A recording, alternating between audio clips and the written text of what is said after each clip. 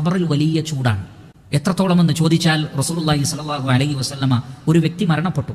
നബി സല്ലല്ലാഹു അലൈഹി വസല്ലം അദ്ദേഹത്തിന് വേണ്ടി ജനാസ നമസ്കരിക്കാൻ ഇമാമായി നിൽക്കാൻ നേരം അള്ളാഹുവിന്റെ റസൂൽ ചോദിക്കുകയാണ്, ഈ വ്യക്തിക്ക് വല്ല കടബാധ്യതയുമുണ്ടോ?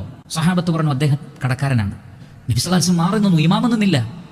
അത് കണ്ടപ്പോൾ മറ്റൊരു സ്വഹാബിക്ക് പ്രയാസമായി. അദ്ദേഹം പറഞ്ഞു, അള്ളാഹുവിന്റെ റസൂലെ, ഞാൻ ഏറ്റെടുത്തോളാം ആ കടം, ഞാൻ കൊടുത്തോളാം, ഞാൻ വീട്ടിക്കോളാം, നിങ്ങൾ നിസ്കരിക്കണം. അദ്ദേഹം അത് ഏറ്റെടുത്തപ്പോൾ നബി സല്ലല്ലാഹു അലൈഹി വസല്ലം ഇമാമായി നമസ്കരിച്ചു.